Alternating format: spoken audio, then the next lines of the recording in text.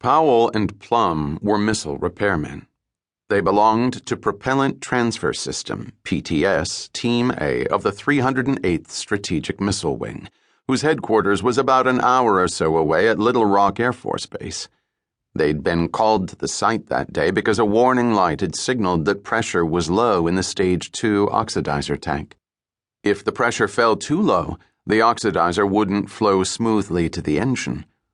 A low light could mean a serious problem, a rupture, a leak. But it was far more likely that a slight change in temperature had lowered the pressure inside the tank. Air conditioning units in the silo were supposed to keep the missile cooled to about 60 degrees. If Powell and Plum didn't find any leaks, they'd simply unscrew the cap on the oxidizer tank and add more nitrogen gas. The nitrogen maintained a steady pressure on the liquid inside, pushing downward. It was a simple, mundane task, like putting air in your tires before a long drive. Powell had served on a PTS team for almost 3 years and knew the hazards of the Titan II. During his first visit to a launch complex, an oxidizer leak created a toxic cloud that shut down operations for 3 days. He was 21 years old, a proud hillbilly from rural Kentucky who loved the job and planned to re-enlist at the end of the year. Plum had been with the 308th for just 9 months. He wasn't qualified to do this sort of missile maintenance or to handle these propellants. Accompanying Powell and watching everything that Powell did was considered Plum's OJT, his on-the-job training. Plum was 19, raised in suburban Detroit. Although an oxidizer low light wasn't unusual, Air Force technical orders required that both men wear Category 1 protective gear when entering the silo to investigate it.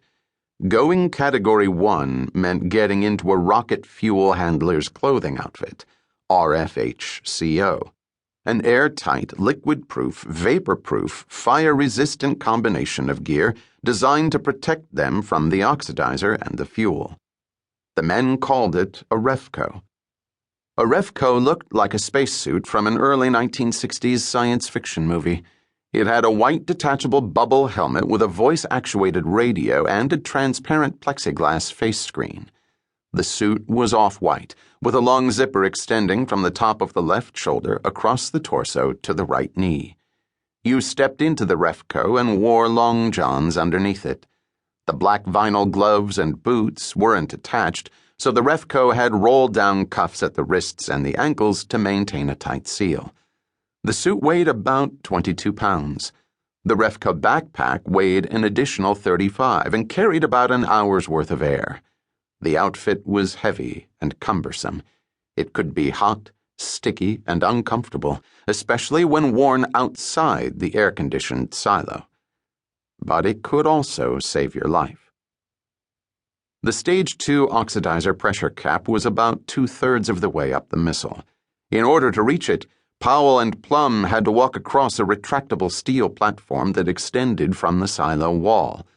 The tall, hollow cylinder in which the Titan II stood was enclosed by another concrete cylinder with 9 interior levels, housing equipment.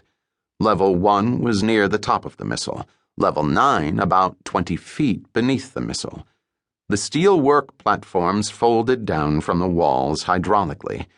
Each one had a stiff rubber edge to prevent the Titan II from getting scratched, while keeping the gap between the platform and the missile as narrow as possible. The airmen entered the launch duct at Level 2. Far above their heads was a concrete silo door.